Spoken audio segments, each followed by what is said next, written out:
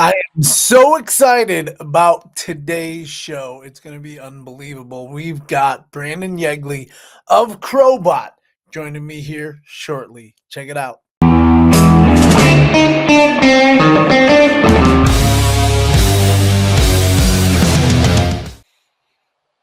What's up, everybody? Evan Oh, J. Thomas here. Okay. Okay, he's doing that's great. 3 for 3 now. Unbelievable. Let's see what this I'm fits. gonna There we keep this go. rolling. There we We go. got Yeah. we got Brandon Yeagley of Crobot joining the show. It's been a shit show so far trying to figure out what the hell's going on with the Wi-Fi and the phone. Brandon, you've got a lot going on right now. How are you doing currently right now? I'm doing great. One foot in front of the other. Trust the process and know that there's going to be gremlins everywhere you go. So you guys are currently on tour on the West Coast and a little bit of struggle so far on this tour in terms of your bus situation. If you want to kind of delve into it a little bit, I'd like to hear what's going on. Sure, the struggle bus, as they call it, right? We are certainly on the struggle bus in terms of vehicles this tour. We purchased a new bus, a shuttle bus. It's like an old, you know, uh, airport transport shuttle.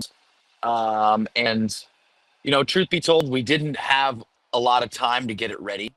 And I do remember, hindsight's always 2020, right? I remember having the conversation with Bishop, our guitar player, um, before he flew out the next day. It was Monday. Things were just kind of falling apart for trying to find somebody to fix this thing and take a look at it. So um, we finally found somebody. It was like everything had to line up perfectly for things to get on the road with this thing, and it did. It did there for a little while, but we were like, you Yeah. know what? We were like, maybe you should drive the van up from Austin because sometimes it just doesn't. It matters where the tour starts or where we start, right? I'm in Central Pennsylvania. The rest of the band's in Austin, Texas. So the tour started in Syracuse, New York. So we thought, well, we'll just get the new bus ready to go, and do the thing, put it through the test, if you will. But there was a moment in time where we're like, you know what, maybe you should drive the van up from Austin, because things weren't lining up, getting this thing fixed.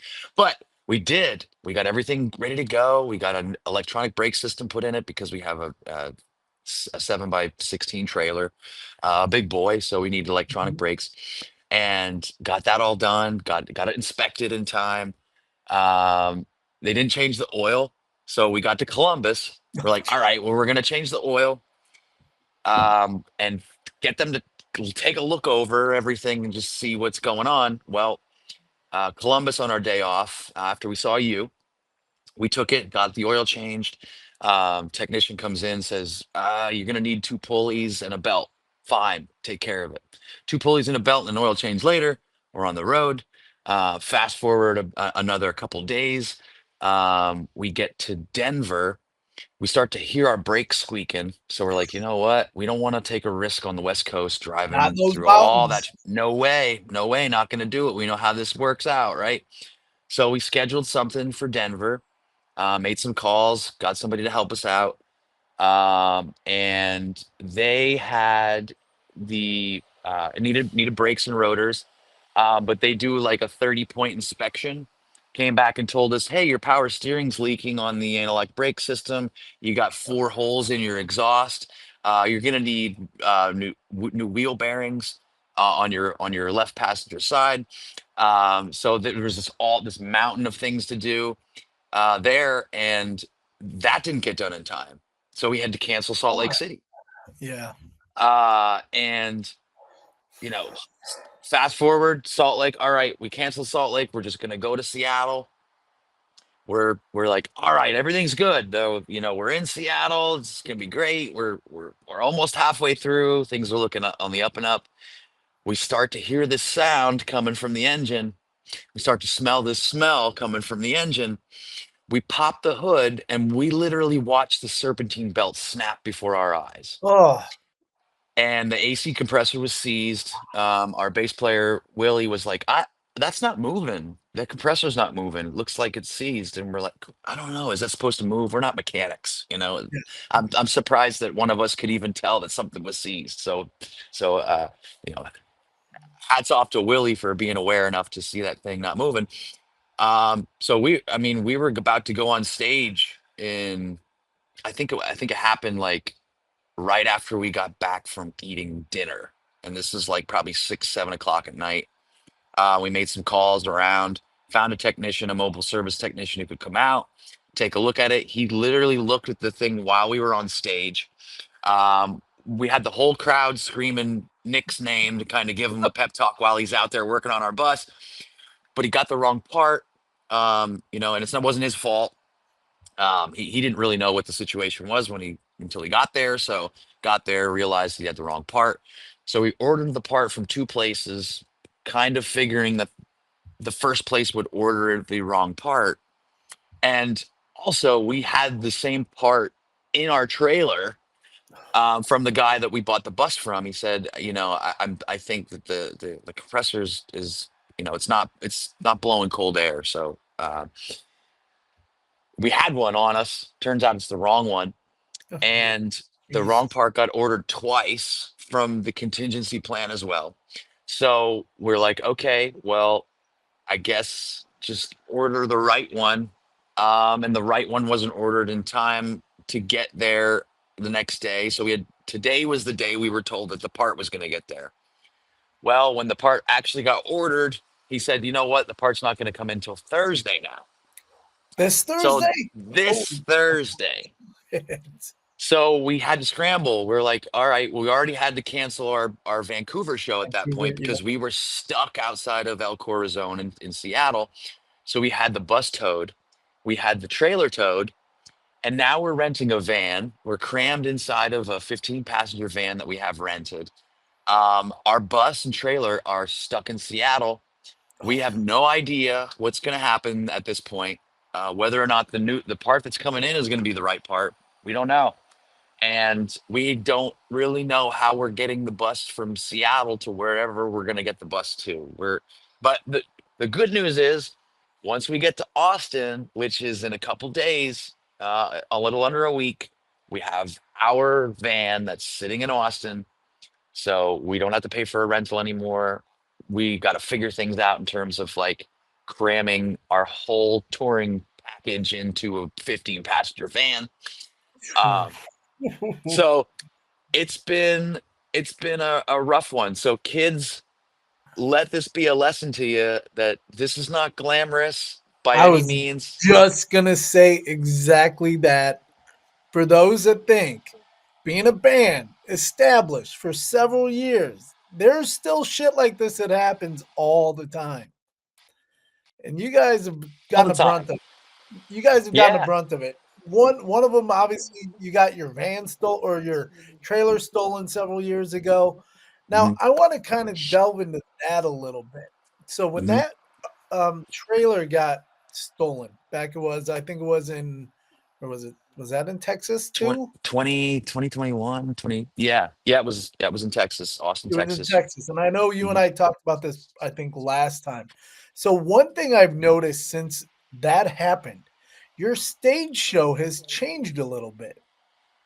You used to come out jumping out of an egg. You used to have Hmm. a little bit more, I would say, flair. Do you think because of that, things have changed you in terms of a performer? Not necessarily. I think, you know, it just came down to when you take an electric chair in and out of a trailer every night, it starts to get old real quick. That'll To go real quick, and you know and that's not, you know, the bus isn't the only thing that eventually breaks down too, right? Because the gremlins get in that system oh, and the yeah. wheels, and it's like, what are we? It looks great, you know, but I think it was a lot of like we were on tour with Guar, and there was no room for our shenanigans on that stage every night. So, you know, we just kind of started to travel lightly, and you know, we're and truth be told too, like these last couple tours we've been doing like small clubs, and sometimes there's just not room for all this pickups and things like that. Um, but did get stolen, and a few of the other things got stolen in that trailer incident. So we did build another egg. Well, I shouldn't say we. Bishop built another egg, and we have another egg. But it just got to the point where we just wanted something different. We didn't want to do the same show all the time, and we just kind of were like, all right, let's ditch the props.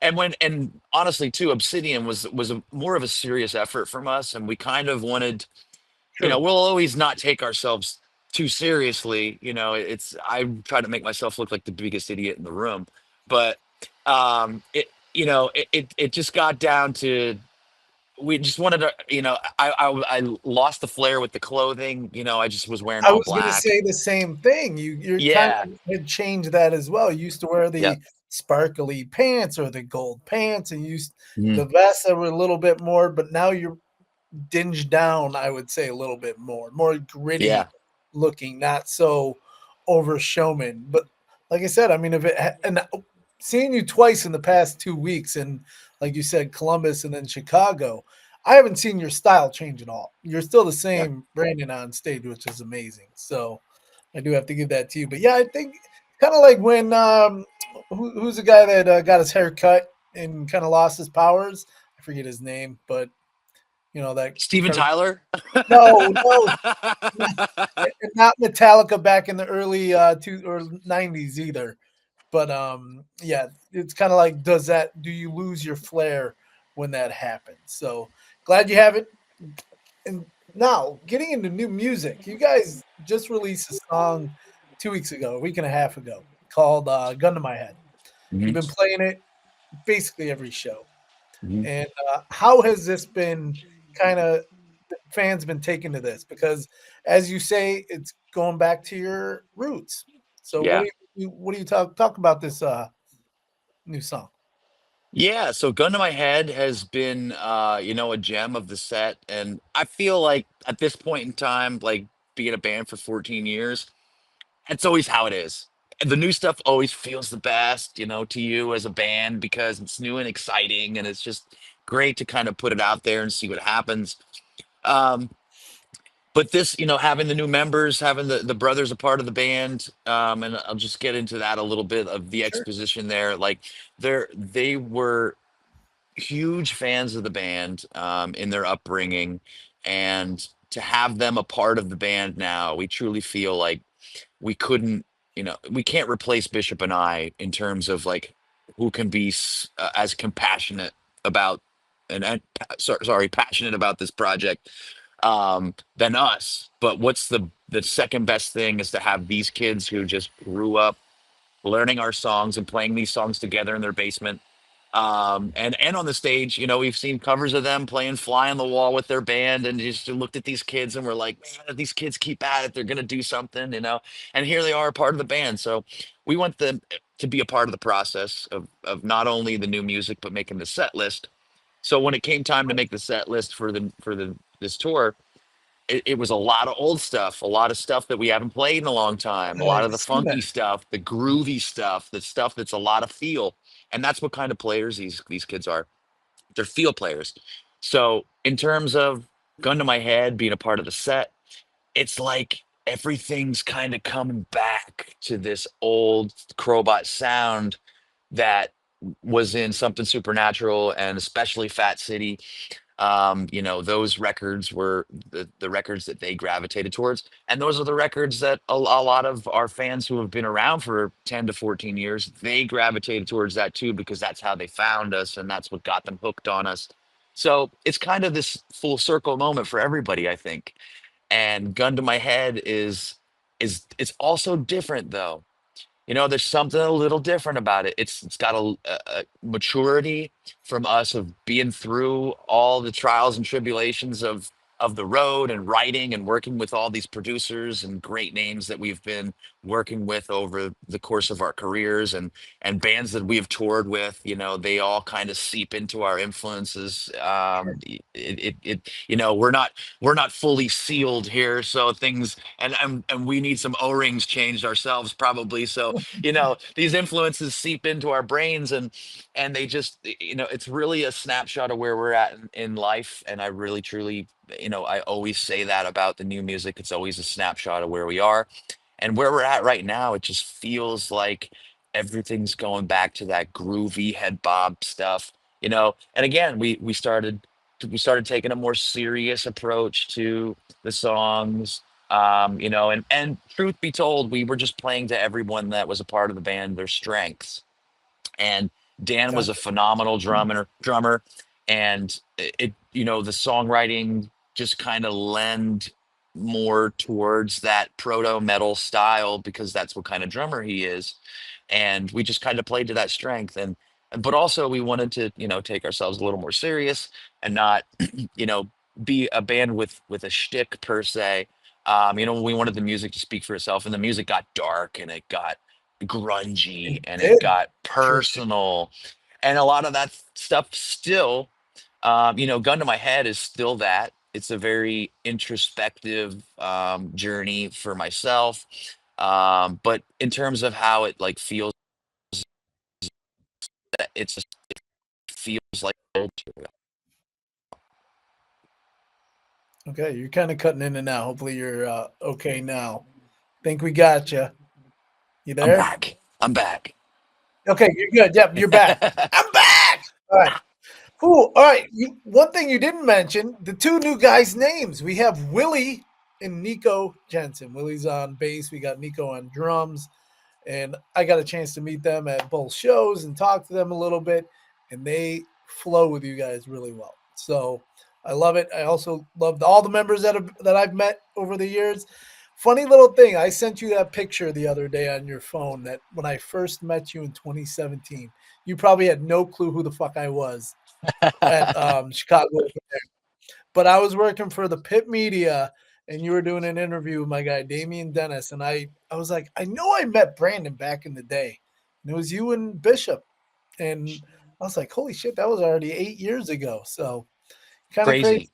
how crazy how I go from just learning who you were then to actually working with you guys now with Tag Publicity. So I can't thank you enough for giving me the opportunity to do all this with you guys too. So it's been fun. You guys have obviously another 2 weeks of shows coming up. Mhm. Obviously, once you get the van back, w- like, do you have a bucket list place that you want to hit on this tour that you've never been? Um, yeah, I mean, actually, we're playing Austin and we're playing the Far Out Lounge. I've never played that place. We usually play our buddy Anthony's place, Come and Take It Live, and it just was happened that we didn't book this tour. Atomic Bitchwax's agent did. So, nothing against Anthony and the club. It was just that's where we always play. So it's I've heard this is a really cool place in Austin, Far Out Lounge. So we're excited to hit that. Um, go back to New Orleans. It's been a while since we've been in New Orleans, so that's going to be great. And to end the tour in Philly as well. It's going to be a great way to round out the entire trip and come back home Yeah. And and actually have be able to sleep in your own bed once again. yeah, Totally. yep. Um, I've been kind of around the country the last year or so myself, going to different music venues. I have some of my favorites. One I finally got to get, which was the King of Clubs in Columbus. Also, one of my favorites of all time is a machine shop. Do you have a favorite venue that you've hit, whether it's US or overseas? Because you got that coming up too. Yeah. I mean, there are a lot of clubs that you remember for the wrong reasons, and there are a lot of clubs you remember for the right reasons, right? And we had Very true. a snippet of that a couple days ago. We played Portland at the Nova, which there's like a killer flight of stairs to get all the gear Oh up. And God. that's why you remember that place. But not only that, to bring Willie and Nico back into the conversation, it was a full circle moment for those guys and their family. They came out to that show. It was like 13 years ago. We played a show with their band, and it was Nico's first show he had ever played as a drummer. He was like, Ah, I don't know, like 13 I years was old. gonna say you had to Yeah, been young. dude, he was like 13 years old. And we played a show with these kids, and they were just like, they blew us away. We're like, guys, just keep doing what you're doing because you guys are awesome already, and you guys aren't even like 16 years old. It was insane. So it was a full circle moment for those boys to kind of play the same place that they had played. Like Yeah, Nico played his first show with Crobot there like 11 years ago. So it was wild. Um, and I think that place will hold a place in all of our hearts because of that. But in terms of like, machine shop, that's always a place that you see on the itinerary. You're like, oh well, that's going to be a great show. hmm There are quite a few of those places, in the Midwest. Anywhere honestly, we play up and show up in Chicago. The Beardos come out. That's one of our places that we play that we usually have a pretty big draw. So anywhere we play in Chicago, we know it can be a great time. But we a place we looking forward to playing. We looked at Glasgow just the other day. We're like, are we playing that place called the Cat House in Glasgow? Because we had the flashbacks to flights of stairs after we had the Nova. Hope we don't have that God. place on our itinerary. It's a great place to see a show. It's a great place to play. Glasgow is one of my favorite cities in the entire world, but those stairs are just brutal. And I'm talking like 3 flights. And the stairs mock you Oh on the way. God. It's like Even that. you're almost there. Whoa. You're just about there. It's pretty wild, but thankfully we're not playing that place this time around. Only because of the stairs. So Cat House, if you're listening, we love you, but we just don't Uh, love the stairs. so back in August, I was at a place called I think it's called the Bowery Electric in New York, Oh which yeah, also played that has played that place. some really shitty stairs. And then in Chicago, there's the Underground Lounge, and I'm like, I don't know how people even get shit down there because right at the bottom there's this curve, and it's like you can't have anything too big or you're screwed. I've Yeah, had bands look at it and even say, I'm not doing this show just because I can't get my stuff down there. yeah. So it's kind It's of a crazy. struggle. And so when's the European tour starting? When, I believe December 2nd is the first gig. And it's like 2 weeks in the UK, so okay, so um, not too bad. it's not too bad. Usually we like to pair it up with a UK Euro tour just because those flights are pretty expensive, so we like to stretch it out. But we got the holidays, and I think we only have like 6 or 7 days in between this tour and that tour. So we get to go Yeah, home and have Thanksgiving with our families, and we're right back out again, and then we get to come home and be with our families for Christmas. So it's a busy rest of the year for us, but we are looking at really looking forward to going back to the UK. It's been a long time, and it's the brothers have yet to be over across the pond, so it's very exciting to live vicariously through yeah, through those boys. exactly. So on your downtime, say you have some. I mean, I know how you are working wise. What do you do like in your downtime outside of music? I know you're a lifer. We've already discussed that, you and I Mhm. personally, but Yeah, outside of that, like what drives you? I meditate a lot. I read books. I picked up Tai Chi. Um, Mm, and another thing that's kind of happened to me, and I'll lift the veil here a little bit. I found out I had Lyme disease like 6 months ago or so, wow. and it gets really bad sometimes. And I've changed my diet, I've changed my lifestyle, but you know, it, it's a lot of the self-talk too. You know, you wake up and you just everything hurts, and the road is rough to us out here too. So, Mhm. having to lift stuff up the stairs, and we don't have a crew, right? So we're doing all this ourselves. We're going through all these things and ourselves, and we're trying to figure out this bus situation on our own. So it's mentally taxing, it's physically taxing.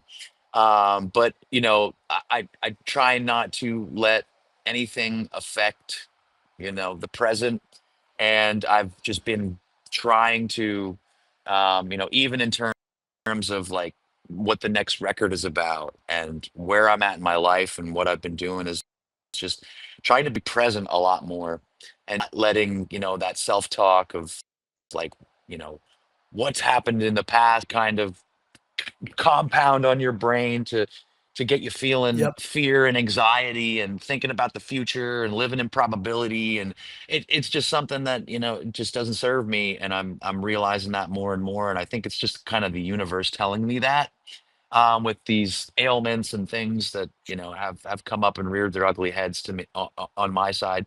So I'm just trying to take things a step at a time, just trying to kind of not take things for granted anymore. I mean, let's take a look. Hopefully, I don't get too choppy here, but look at this skyline. Look at this Yeah. just Pacific Northwest beauty right now. Absolutely So, love it. yeah, it's like my favorite part of the country. So I'm just trying to be a lot more aware. And honestly, I'm just trying to like sit on park benches and just be thankful to be here and be able to do what I do, and I love what I do, and I just love being a performer. Things I don't like necessarily are being away from my family, but it makes me be grateful for the present even more. And that's what I'm doing with my downtime, out here on the road. Back home, it's a little different, because I'm a father, I'm a husband. I'm also like, I do real estate. But I also I'm a lifer. I love music. So I'm just always engulfed in the process, some way, shape, or form, whether it's listening to new music or just trying to be present in that as well. And just trying to take in as much as I can. But it's kind of where I'm at with life these days is, one foot in front of the other and just, goose fraba, and a lot of meditation, a lot of reading books and doing some Tai Chi. I love how you put that too, where you don't look back at issues you've had. You learn from them and then you move forward.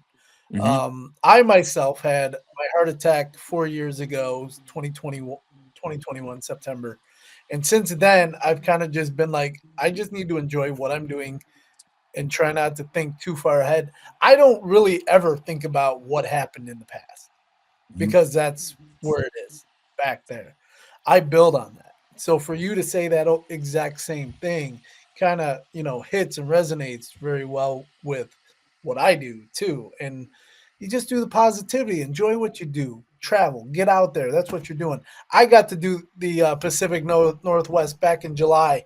First time I was ever out there, and it was an incredible situation. I got to drive the RV for the band and just see like Eugene, Oregon, and fucking Idaho and Montana. It was like unbelievable. Yeah, yeah, it really is. It's a beautiful place. It's a beautiful time to be alive.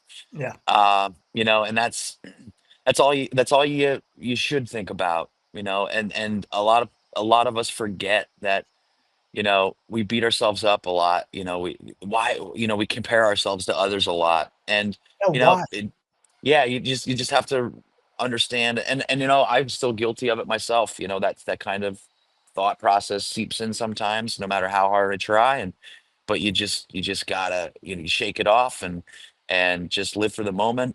And that's what we're out here doing. And I couldn't think of doing it with a better group of individuals than what we've Mhm. got going on here. So I thank myself every day out here for just being able to still continue to do this.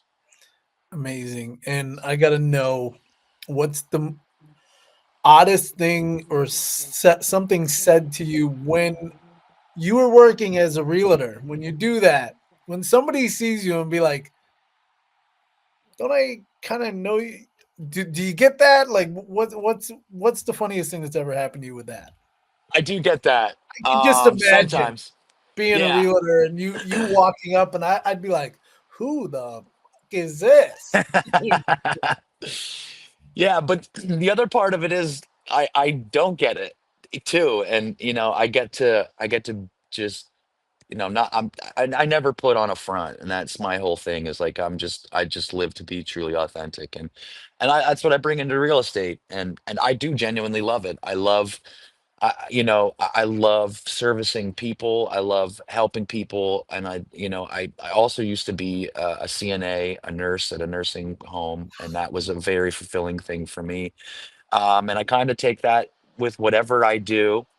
I'm just trying to bring the best value that I can, and I do get it sometimes, but a lot of the times I don't, and it took a lot of times for me to like show up in the business suit to realize like this isn't me, and anybody who knows me, I'm this the isn't what they want exact from same me. way. I'm the exact same way. I mean, I will wear a dressy or a shirt. I can't wear a tie. I just Yeah. don't. I mean, you see this neck? I can't wear a tie with this neck. Yeah, so I get it. You know what? I just show a flair of what I wear. Just if it's going to be professional or not. Normally, it's a Yeah. band T-shirt, something like that, blue jeans, whatever. But yeah, that's got to be interesting sometimes when, and obviously you're not going to get the comments from the people. They'll just see you probably talk to themselves, but they'll be like, "Oh my God, this guy might be somebody." But Yeah. yeah, And I've learned to wear the band tees and the leather now. It's just like just be be myself and you not try to. exactly. Yeah. Yeah, that's what people want mostly. And again, it wasn't me trying to, be inauthentic. I love wearing a suit. I love wearing a tie. I think it's, Yeah, I don't. it makes me feel a certain I way. like wearing a jacket. I don't mind wearing a jacket or a polo or a button-up shirt, but yeah, to go with a tie, that's not my vibe. Just doesn't work. Yeah, I don't have the struggles of that neck though, so. No, you don't. You got the big, thick neck. I want to ask, where do you think, or where do you see your band Crobot in the next 5 years? What are your goals for the band? Just continue doing what we're doing. And, now we find ourselves in a place of we've got the backing of Megaforce for just distribution, and that's really it. And we love them for that. We love them. They knock it out of the park. They help us get our music out there to the masses. But when it comes to terms of like who's behind the curtain of the innards of this band, it's us now. There's no label telling us what to do. Yeah, We bounce ideas off of Missy and the crew, and they're great for being acceptable and giving us direction of like what's realistic. Because yeah, a lot of we're not realistic idea people out here. We are very unrealistic with our ideas. I mean, I've hatched out of an egg for about 5 years of our career, so it's a lot of pipe dreams and delusions of grandeur, but that's what we love. We love throwing spaghetti at the wall. We love just seeing what sticks out here. But in 5 years, I just hope that we're still showing up to clubs and playing for an audience of however many people care about us enough to just still come see us. Because we're just gonna keep releasing music at the rate that we do. I mean, it's feels like a year and a half record cycle seems to fit us pretty well. So okay, we're just going to keep putting music out there, just keep being our authentic selves, whether it's on the stage or in the studio, because we love this. And this is, it's not glamorous. Exhibit A, B, C of what has happened to us just on this tour alone.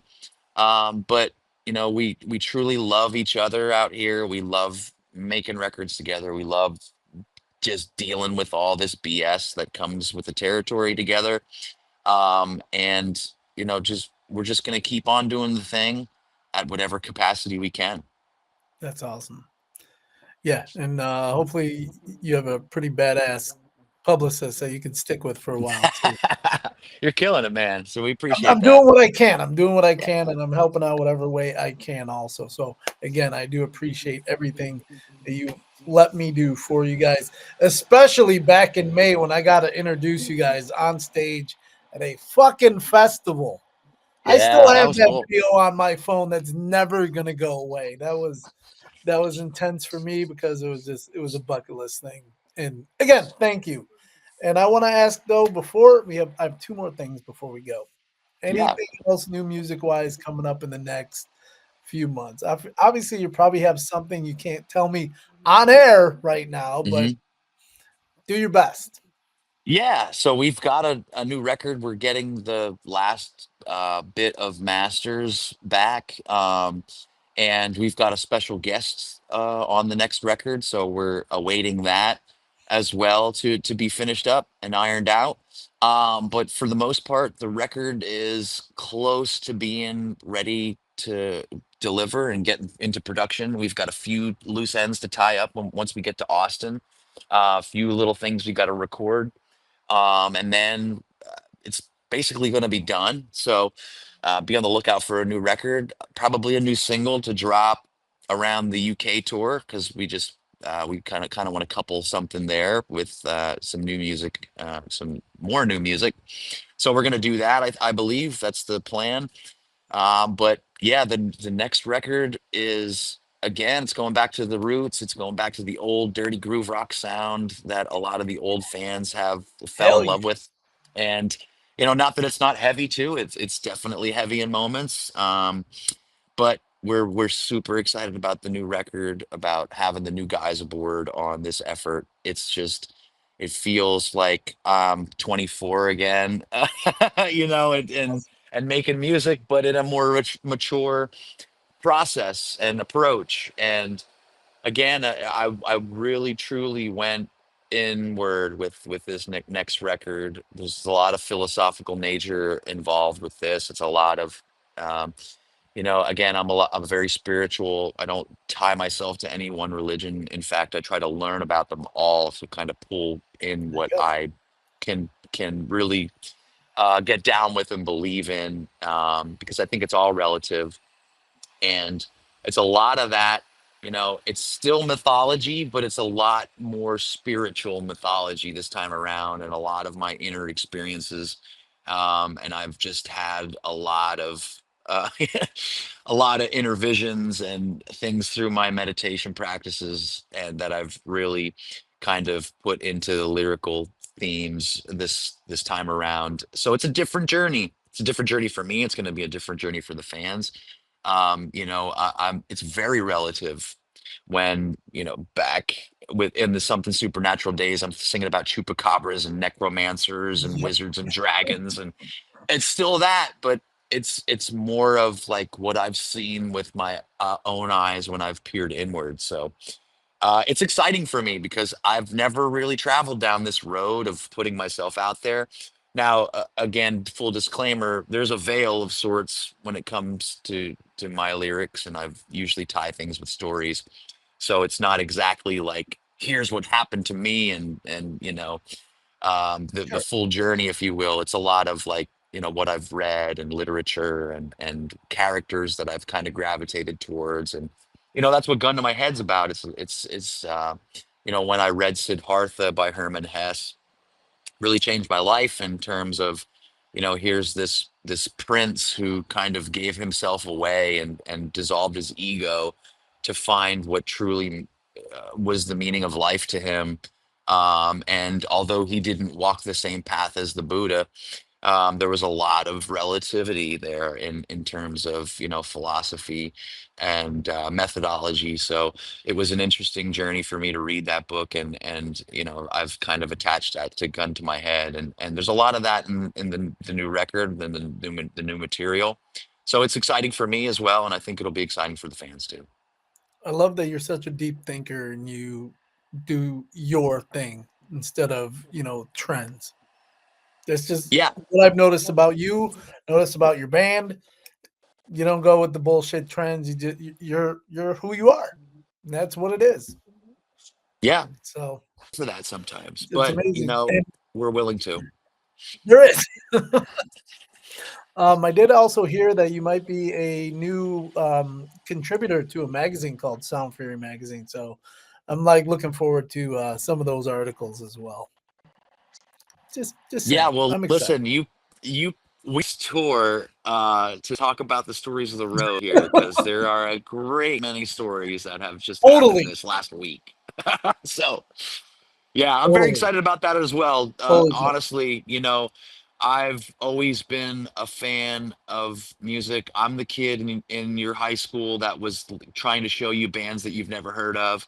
My Yep. CD wallet, I'm going to show my age. My CD wallet was huge of just and I grew up in the era of torrents and Napster, and I didn't buy those records. I didn't Mhm. have money, but Yeah, I bring that to being an artist, putting music out there and trying to do this as a livelihood. I welcome that stuff. I don't care how you hear about us, whether it's Spotify or somebody burning a CD for you. I don't care.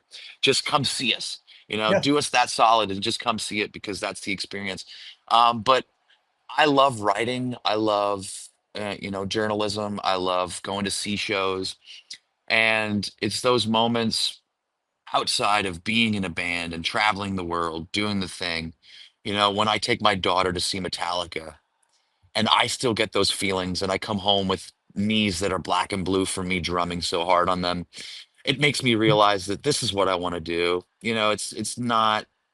I love real estate and I love the side hustles and sometimes I'm out there chasing butterflies and getting in the way, trying to make things work financially, but I do is just bleed me and give myself to and donate my body for the greater good, whether it's pen, hand, wrist, and pen, or if it's out here just throwing my knees and neck out of alignment.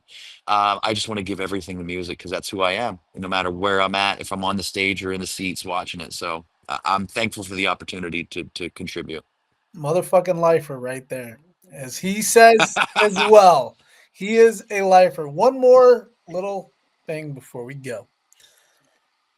Rock and roll will never die because what? Because the fans keep it alive. And that's the truth of it. That's the truth of it. You can say what you want about the bands and sounds and who, does it sound like rock and roll? Is it rock and roll? It doesn't matter. It's a philosophy. Mhm. And that's what you can't kill. And you can't kill the philosophy of rock and roll as long as there's people out there that feel a certain way, feel like they're outcasted. Yeah, you know what? Rock and roll isn't a part of the Grammys. Who gives a shit, dude? Because Zach Wild said it best. You know what? These are the people that were going to my sister's parties, and I love my sister, but she listens to pop music. I can't listen to that shit, right? And this was Zach. It's Not not exactly. verbatim. Not I'm quoting. Yes. paraphrasing. I'm paraphrasing. Yeah, but that's the truth of it out here. And honestly, I love pop music. My daughter listens to I Taylor love it Swift. all. I think yeah, I love it all. I think there's something to be learned from everything. But in terms of role, it's never going to die as long as people feel a certain way, don't fit a certain mold. What we're all about. I mean, look at this. I wake up like this. This is me, right? I don't care. And that's what rock and roll is all about. It's about just being yourself, feeling a certain way. And as long as the fans feel a certain way, and as long as there's this collective consciousness of us all not fitting a certain mold, I think rock and roll is never going to die. It's going to change shape, it's going to change form, but that's what bacteria Sure. does. That's what viruses do. And that's what we are. We're a virus, and we're never going to go away as long as that's alive. That's it. That's all I needed from Brandon. And I can't wake up like this every day because I have to paint this shit once in a while. So it is, it is what it is. Brandon, amazing having you on again. Make sure you check them out on tour. They got up until the 23rd. They're going to be on the West Coast slash then back to the East Coast. Like you said, Pennsylvania on the 23rd is the last date. And then they'll be hitting UK, Europe in December, December 2nd. Check out the brand new song, Gun to My Head. Check out their new music coming soon. Any last words before we go?